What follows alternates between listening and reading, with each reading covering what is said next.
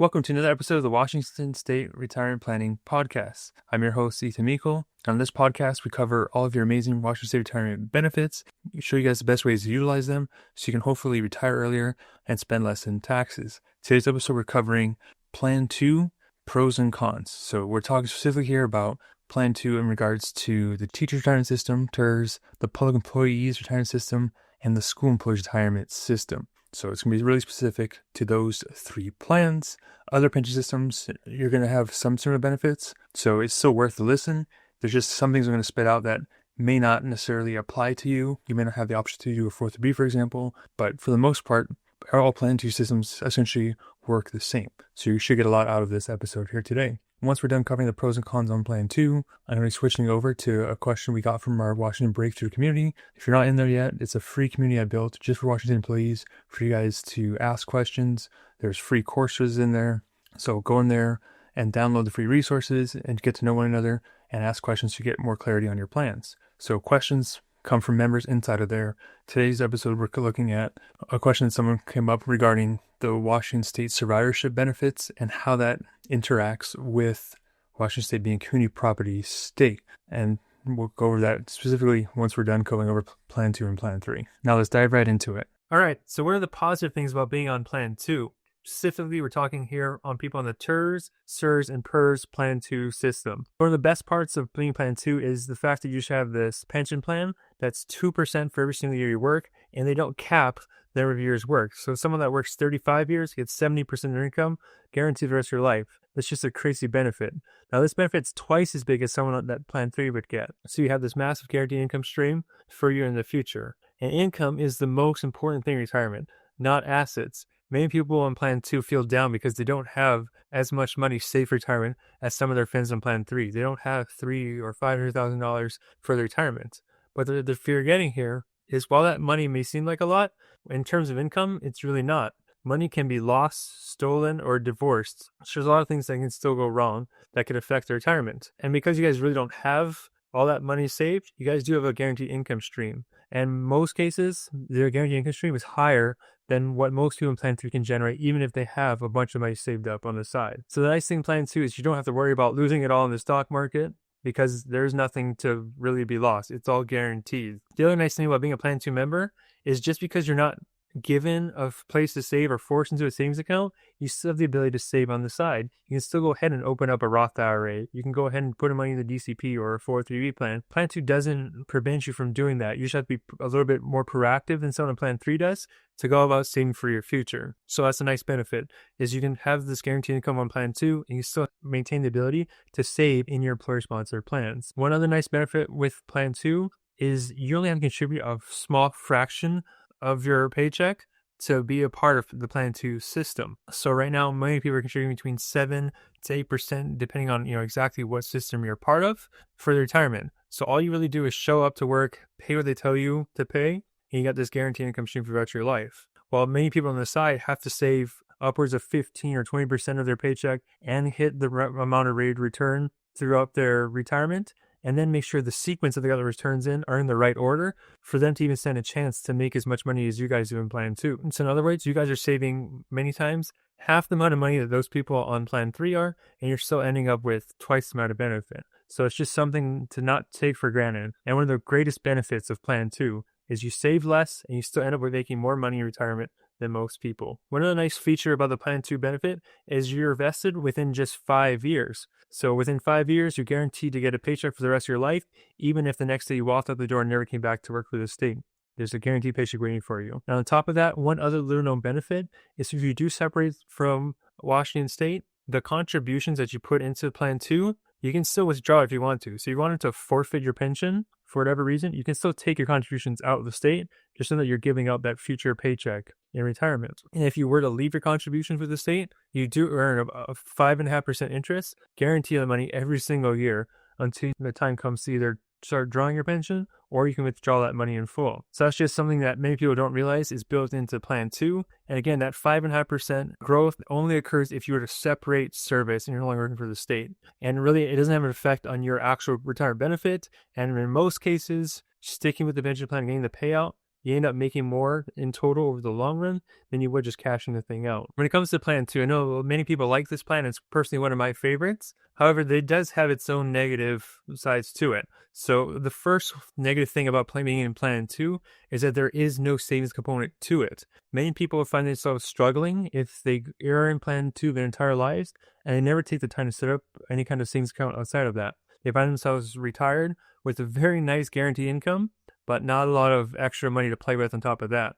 So sometimes they can struggle because they're basically living paycheck to paycheck in their retirement between Plan 2 and Social Security, and they have no other funds to cover emergencies or vacations or anything above and beyond what they normally spend in a month. So that's probably the biggest downfall for being in Plan 2. Now, you can easily offset that by just taking the time to save elsewhere through one of your employer-sponsored plans, but it's just something you have to go about and do yourself. You have to take the initiative to do it, and the earlier you do it and the more you put away, the better off you'll be. Now, the other drawback for Plan 2 members is the fact that they actually have to contribute to their pension. People on Plan 3, the guaranteed pension that they receive is actually a free benefit. They don't put any of their money into the pension system. On Plan 2, you do. You have to contribute into it. And now the amount you contribute changes every 2 years. They vote on how much you contribute. So you have really no say in how much money gets to put into the plan.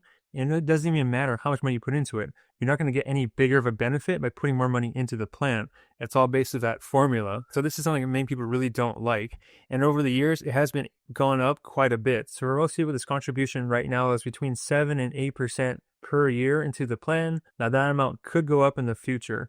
So it's something to be aware of, and that's why this is one of the negative parts of Plan 2. So the next negative part about being on Plan 2 is because it's a strictly guaranteed defined benefit plan, there's no cash available. So you're going to get your paychecks every single month, and if you were to pass away early in your retirement, you may not get all of the cash you contribute into the plan back. So that's one thing I know a lot of people don't like. People on Plan 3, worst comes to worst and they pass away early, they might lose the pension, but they have that savings account that they built up to pass on to their spouse or their loved ones. Plan 2 doesn't have that. So passing away early retirement can have an effect. You may lose out on Plan 2 altogether. So if you have a spouse you're worried about, all you have to do is put them on as a survivor. So if something happens to you, they continue receiving a portion of your pension check for the rest of their lives. Also, the other way you can do this is just purchase life insurance. If you have a permanent policy, that's one that's going to stick with you for your whole life. If you're to pass away, then your spouse or loved ones would get a tax-free death benefit from the life insurance company. And that's one reason to use permanent life insurance for retirement plans,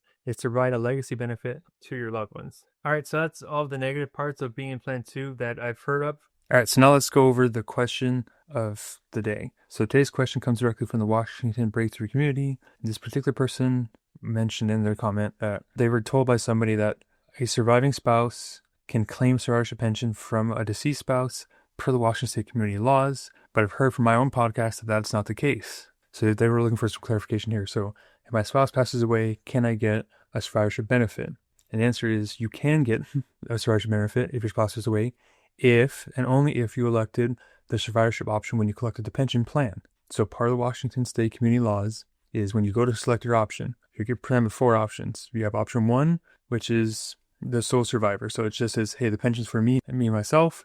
Should I pass away, the pension stops. My spouse gets nothing. That's option 1.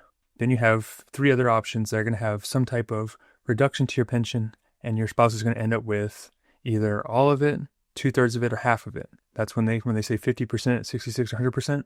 You're essentially deciding how much of the pension that you get after the deductions your spouse gets to keep. If you chose option 1, part of Washington State community laws is your spouse has to sign off on that. You can't just sign it and turn it in. Your spouse has to sign off on that choice. They have to agree to it. And you have to get it notarized. So there's 2 things that have happened. So if you go through the process, spouse signs off on it, gets it notarized, you're basically waiving your right to claim community property benefits on the pension. You're saying, hey, I'm okay, that I'm not going to get any of it. I understand that. Option 1, my spouse gets the pension.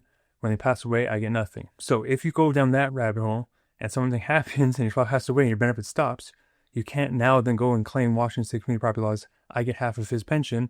No. You waived it when you signed and got it notarized. So 100% yes, you can get your spouse's pension only if you choose one of the survivorship options. You cannot go back after the fact, try to claim community property laws, and get a pension plan after it's done. This is why it's one of the most critical choices when you get into retirement is knowing which benefit option to take, because it is permanent. And if you choose option 1 thinking that I have enough assets saved, my spouse doesn't need that much, and it turns out they do, you don't have enough saved, that's a done deal. Your spouse can no longer get that benefit anymore. So it is very important that you just don't willingly choose option 1 because you think it's going to be too expensive to put your spouse on it because of the reduction. Most cases, and I've done these numbers hundreds and not thousands of times in the calculators that I built out to look at what's the break even on it, oftentimes it's just a couple of years. So if your spouse just lives 2 to 3 years more than you do, most times they're going to reap all of the reduction that you took over those years and get it all back plus more. Especially if you have couples that are close in age, or let's say your spouse is a little bit younger than you, and they're more likely they're probably going to outlive you by a couple of years, survivorship option might not be a bad idea. So more and more though, I've seen people come in for consultations and they already have predetermined that they're going to take option 1 because they don't need it. They don't want to take the reduction, and they never ever sat down to do the math to see what it actually pencils out to be. Do you actually have enough saved to, supply that? So case in point, a couple came in last month, between just pensions alone was about $10,000 per month from his pension. His Social Security is another for almost $5,000, and she got maybe $1,000 from her Social Security. So as a household, $16,000 per month was their guaranteed income. But he won option 1. So if he passes away, $10,000 a month disappears from this household. When it comes to Social Security, the higher benefit sticks. So that $1,000 I was her is gone. So his household goes from $16,000 a month down to just $5,000 per month. So you're about to live on a third of what he used to. Now, if you're spending $5,000 a month or $6,000 a month at a time, and now you only get $5,000, that's going to be hard for your wife to do. Even if you had a significant amount of assets outside of that, if you're someone that DIYs it, and now you expect your spouse who wanted nothing to do with your investment portion, instead of suddenly have to control, $1 million, $2 million, and you expect them to know where the accounts are, the passwords, how to manage it, how to do tax targeting properly, and all the ins and outs of it, that's a really tough thing to put them in. So choosing a survivorship option or not electing it is a huge decision. You want to make sure you're both on board with it, both now, and you look at the long-term consequences of it. So that's why it's super important when it comes time to retirement that you actually sit down with each other or even with an advisor that understands the system to physically do the math on what the break-even ages are and which number you should go with, just so you can go in eyes open to know what the consequences of your actions are and the different scenarios and how they play out. Part of the financial planning process that we run for clients is this. It's what decision do we take? And you can see full well, if I pass away this time, this happens. If I pass away later, this happens.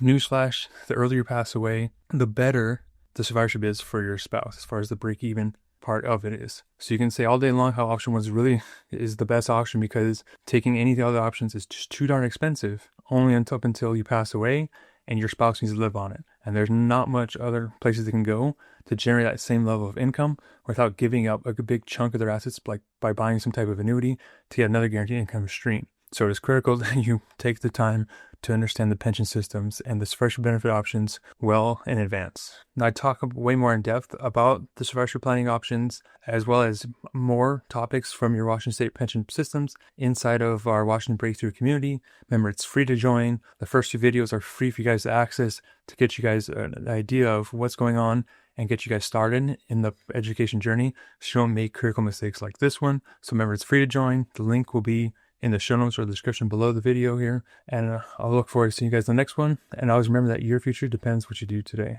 All right, before I sign off, just a real quick legal disclosure that we're required to say as licensed fiduciary advisors. So remember that this is a podcast. It is designed for educational and entertainment purposes only. I don't know you personally, therefore I cannot give you any personal advice. So please don't take anything that we say on the show as being personal, financial, legal, or tax advice. If you want that kind of stuff, make sure you seek out a professional so they can help you with the strategies and investments that are right for you. Also, please remember that despite the name of our show, we are in no way associated with Washington State or the Department of Guidance Systems or any other Washington employer.